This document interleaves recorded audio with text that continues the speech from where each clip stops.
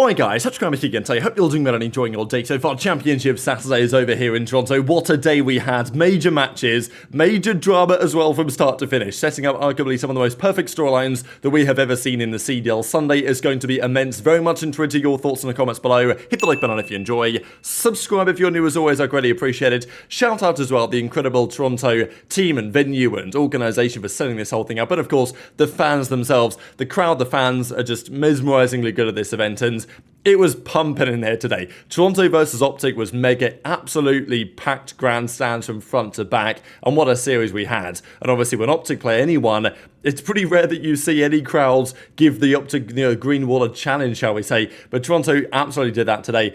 Before we get there, Ravens versus Surge. Fascinating series, really. I was talking with Brian Saint briefly after this, and he was talking about how even when they play them in scrims, it's kind of weird when you play Surge. They have a really interesting playstyle. It's not like any other team, really. The closest team that I compare Surge to is basically Miami. They just run and they just keep on running. And sometimes when it doesn't work, they get slammed, which is what happened with Clay and Fellow map 1. They absolutely fried Gwyn at a takeover game like it looked like after this point. Fellow goes 32-20 on 6-star hardpoint, chalking up GG. But no, Surge bounced back.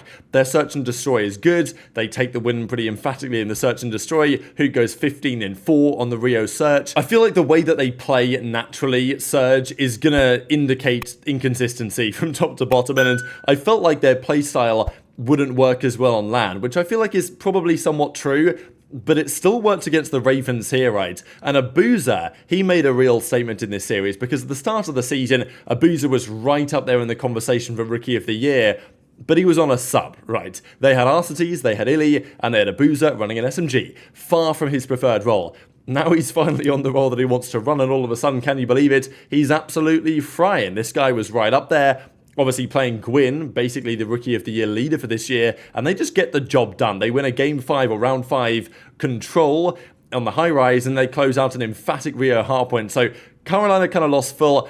I genuinely had them making a bit of a run this tourney. I think that was going to happen. I thought that was going to happen, but it didn't happen, right? Seattle Surge take them down, and it's tough for Ravens. This was a great opportunity to make a nice run here and put some more points on the board. You know, finishing top 8, that's only plus 15.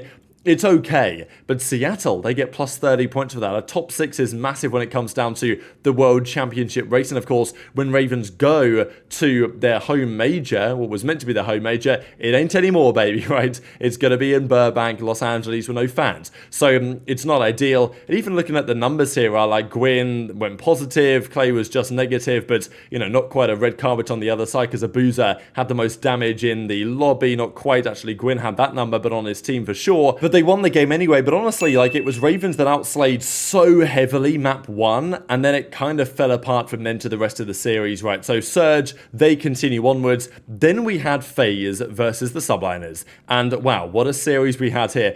Honestly, I expected this to go the way that it went, but it was still wild to see, let's be honest. Like, FaZe come out, get heavily booed, Cell is shooting bodies a minute or two into this first hardpoint. Like, these guys are so incredibly hard to stop. I don't see what you do. And Subliners, it's not like they got slammed out of the tournament by Surge later on, because we'll certainly get into that series in a few minutes' time. But yeah, these FaZe guys, Rio, I mean, anything you play them on, Cell's capping points on his own, shooting bodies while he does it. And the crazy thing to me was that we're going to see a tweet here from Cellium in a second, where he absolutely roasts the hell out of the Bulldog. And he prepared that graphic literally the night before. He told the social media guys on FaZe, hey, get me this graphic ready, and we'll see it in a second here, the night before they played Subliners. So he knew he was going to destroy these guys, and apparently he knew that they were going to destroy Kismet. Simp as well as this 1 versus 2. Kismet plays an interesting spot, I'm not going to lie. He's definitely asking for trouble, I think. And the body shots just keep on coming, man. Like, these guys are at a level of confidence right now that has not been the case for FaZe since Cold War, let's be real. And it feels to me like after years of trying to find the perfect piece, Arcetes seemed to be that man for a time, and arguably he was, but in Vanguard it didn't work. They lost all those finals, and, you know, they second-guessed themselves maybe at times. Obviously, Slasher comes in, and while I think Slasher was a great asset for their search and destroy, the roles with Cellium were probably never going to be perfect, and they only got 3rd at the World Championship, which obviously is nowhere near good enough for FaZe. So Drazah comes in, and since then it's been yeah, ridiculous. And Drazah's bringing the energy. Sure, he's going to take the heat from the crowd. That's what he's going to do. But he said absolutely, he wants Toronto to beat OpTic, and he wants to see, yeah, look, we're going to play you guys. We're going to beat you guys again, right? Where they played at Major 1. They didn't play at Major 2 because Toronto didn't make it deep enough in the tournament to play Atlanta FaZe. That is going to happen tomorrow. We are finally going to get, it's been this case for quite some time now, the Scrappy versus Drazah rivalry back again on stage. I've been looking forward to this for a long time, and I was hoping this tourney we were going to get it. I thought it was going to be potentially an OpTic clean run through to the finals. That is not what happened, as we'll see here in a second. And Simp and aBeZy, of course, they came on the show. Just wanted to mention as well how beautiful this looks here in the background. I mean, you know, obviously it's me on the right, the Tiny Terrors, Ace on the left, but look at the background, man. You've got the stage, you've got the crowds, because of course, at this point it was filling up for the OpTic versus Toronto series. They were doing the crowd introductions while the boys joined the show. So shout out Simp and aBeZy, sound gentlemen, coming on and having a chat. And they were just talking about Drazah joining, and I asked them the question, like, what about Cold War FaZe versus MW3 FaZe? And they said, all right, it's time to give it maybe after champs. So I'll give you the answer to that one. But certainly their feeling is they've not been anywhere near as confident in their gameplay as they are now since the Cold War days. And even though we had guys like Cordless in the chat saying, oh, look, please, guys, let OpTic win one, it it doesn't seem like FaZe are going to let their foot off the gas anytime soon. This was, though, the crazy tweet. And even the FaZe main account did a crazy tweet as well about OJ Simpson. But this, to me, was the star of the show, really. Because here's the Bulldog on the leash. We've even got, he's drooling out of his mouth. It says Kiz, and Cellium just absolutely owning it with the sea and tower in the background. This, easy 5,000 likes, absolute banger tweet. And as I say, Gersh and the boys prepared this one last night, or maybe today, but they were asked about it by Cellium last night to get him something for when they beat the Subliners, and that's what they went on to do emphatically. I mean, and the crazy thing was, Cell and aBeZy didn't even do that much. Like, this was Drazah and Simp, especially Drazah on the map 3, and Simp in the rest of the series really was just going off. And Kiz, 0.57. And this is the point with the Subliners, right? Okay, their weekend is not over yet, but it's absolutely worthy of consideration what you do. And Simp, got to give him credit, because going into the weekends, if Subliners had crashed out top 6, I would have said, yeah, maybe Simp's time on the team is coming to an end. But the way that he's performed this weekend, I don't think Simp is necessarily the man of the chopping block anymore. I think there's another one to consider, and it's got to be Kismet, right? I mean, this guy, 0.57 this series, had a hard time this weekend. Doesn't seem to be able to keep up with the slaying as he has done when necessary earlier on in his time on the team. Obviously, last year was a very good example. And by this result, this meant that Surge would play the New York Subliners, right? This is a game that I was talking about before the tournament, hoping it would happen, getting 0-4 versus Sib back in business, right? Because, stop costing your team, little man. I'm never going to lose to you guys again, or I'll sell my testes type thing. And we saw that a few weeks ago, and we finally got to see the action to that on LAN here today. But before we get to that though, to set up another crazy storyline here, Toronto versus OpTic Texas, and this is just one of those series that OpTic will think, how did we lose this type of thing again? I don't understand why OpTic are this team that in any iteration of this OpTic team, they find ways to lose. I don't know what it is, but they find ways to lose. They won the game 1. This was a sub-base hardpoint. We know that Pred is dominant on this map, and that's not going to change anytime soon. OpTic had a close-fought match here, but in the end, they were just too strong. But they go to the search and destroy. This was a round that kind of lives rent-free in my head, I'm not going to lie. Because they went a 2 versus 4 here, OpTic. They nearly clutch it, and they probably should have done. Well, absolutely they should have done. And, well, CleanX comes out top. He's in a 1 versus 2 here. He's convinced, understandably, someone's on the bomb. Because Pred is for some reason running away, and this is the point that I don't understand. There's 10 seconds on the clock, Dashy's holding this angle, someone's got to defuse and they've got to hope that the other guy can hold him off. And they knew where CleanX was because they saw him here earlier, Pred even saw him here earlier. Pred, I don't know, didn't understand how much time there was left on the clock, thought that maybe CleanX was taking like a mega route, but Dashy obviously is telling him, look Pred, get back to the bomb like right now. They kill him, but because Pred's run away, he's not able to get there in time, and even Dashy actually gets there first at 7.3 seconds. And this is the other frustrating thing for OpTic, is that Dashy had all kills that round. He literally aced them with 4 kills.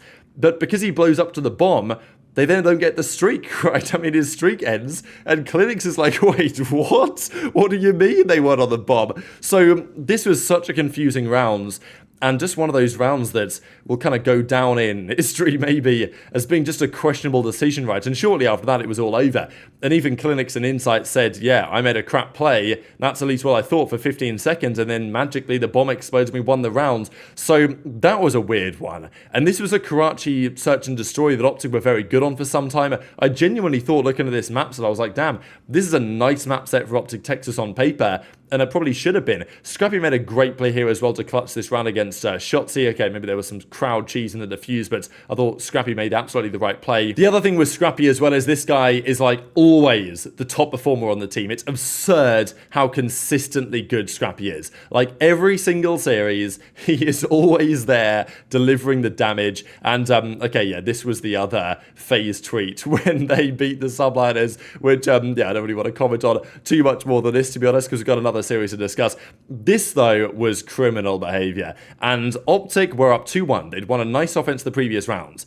They find themselves here with no time on the clock, and it's one of those rounds again where only OpTic loses. I swear only OpTic somehow find a way to lose this. I don't understand what it is about this team. It's not even just this team. Like, it's been this way for years now. But you can almost see it coming before it happens here. So, for some reason, Dashy's laying down mid. Nobody's watching the A street. Both Pred and Dashy are watching, like, mid. They're watching Cafe.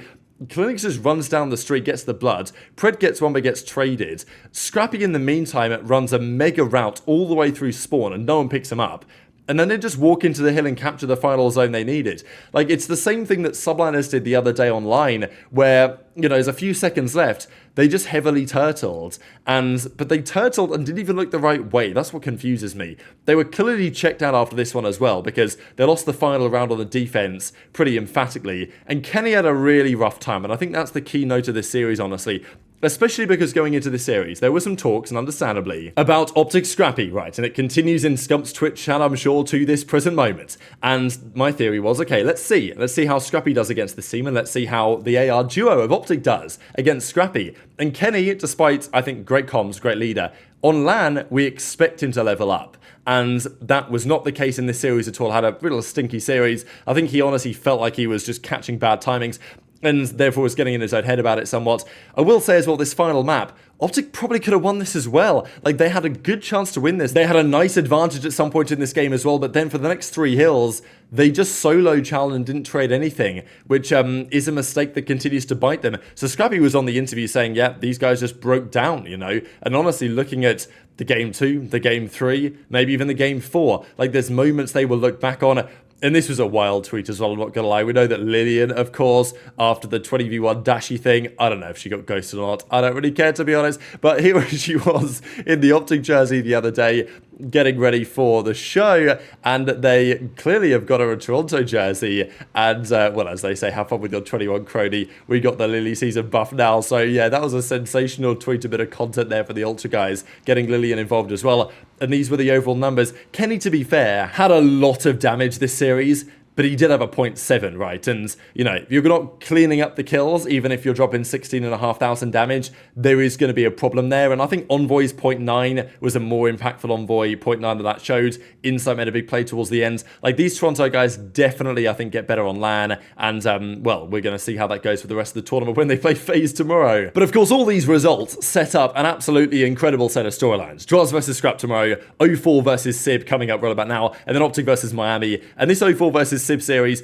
honestly, after game 1, I was like, oh my god, are we serious? 04 made some big plays. This guy as well, honestly, he makes the right plays a lot of the time. Very impactful kills, I think, generally speaking. And Subliners respawn again is so questionable. Like, these guys, the way they play is just not great. Thankfully, though, they have HyDra. And HyDra decided, all right, guys, don't worry, I got us. And he just completely single-handedly won them the invasion, search and destroy. Clean 15-4. Then Kismet had a nice 4-piece here, actually, to end out the control. They take the advantage, and they close it out from there. So, you know, still, even the circumstances, Sib had a great moment here, right? Because after map 1, I was thinking, oh my god, are we about to see Sib have to donate the testicles, right? As he talked about in that tweet that he did a while ago. But no, he took over when it mattered, and yes, 7 a monster series here, especially on the final game. Closing it out on the Karachi hardpoint, and these were the treats that he threw out right. We had these ones prepared in the draft for a long time. Stop costing your team, little man. You know, you're terrible. I run the dog. Have fun on your flight home. Hashtag drown them out. And so he had this one prepared. And fair play to Simp, because he was clearly coming in with the passion today, and it translated into good gameplay. Don't forget who made you at Seattle Surge. Maybe Pred would somewhat disagree with this, but look, they did win an event with Simp on the team, so fair play. I'm not going to stop him talking trash today. So, you know, look, HyDra and Skyz and Simp, they all had a great series. But again, the question comes to me, especially if they have a hard time tomorrow against OpTic in the losers bracket, exactly what we do with Kismet going forward if he can't keep up to where he needs to be. I mean, HyDra had almost 100 kills, Kismet had 58, just by comparison. But the top 4, they're still the top 4. Then it was time for the final series of the day, OpTic versus Miami Heretics. Again, this is the rematch, right, when OpTic play these guys again versus Florida in the recent years. We know that Pred, by the way, he hates these guys. I don't know what it is about this team, but Pred hates this team, and he wants to beat them so bad. Like, I swear, if this Pred turned up every series they played, they'd be winning everything, I swear. But for some reason against this team, Pred is always cooking, and he absolutely tucked them into bed game 1, went double positive, a clean win. But then Heretics again won another search and destroy. They won, to close out this tournament, 7 search and destroys in a row, Miami Heretics. Very impressive. Their 6-star search is looking really good. Of course, they beat FaZe on it. And look, Heretics, sure, they go out top 6, but that's an impressive performance this event for Miami Heretics, and I think it's good to see that I was convinced that there was a Spanish team that could be put together, and it turned out it was ReeaL who was the key piece that could actually form a competitive roster. Not necessarily a championship winning roster, but a roster that is going to be competitive in this league, and I think they've found that team. Now, Pred does spin on MettalZ and shoots his body, and OpTic won this control in about 6 minutes. Like, it was fast. Even the game 4, though, this was competitive. This could have gone either way. But in the end, OpTic clutch up, as they've done before, and they take the victory. So, as is usual, we have our top 4 teams on the Championship Sunday. It's going to be OpTic versus the Subliners in the losers bracket. It's going to be FaZe, of course, versus Toronto in the winners bracket. Pred has a 1.5 with 87 kills to close out the series. So, yeah, ReeaL tried his best. Fair play to Miami. They made this competitive. They made this tournament interesting. I was hoping for some upsets going into the Sunday, but realistically speaking, this is what we have. And as Kenny says, 2 bad series from us. Horrible first one from me. GG's to those guys. We've got to come different tomorrow. Got to turn it around. But, you know, it's still there for the taking, absolutely. So very much intrigued to your thoughts on all this stuff in the comment section below. Hit the like button if you enjoyed. Subscribe if you're new. Take care. And I'll see you next time.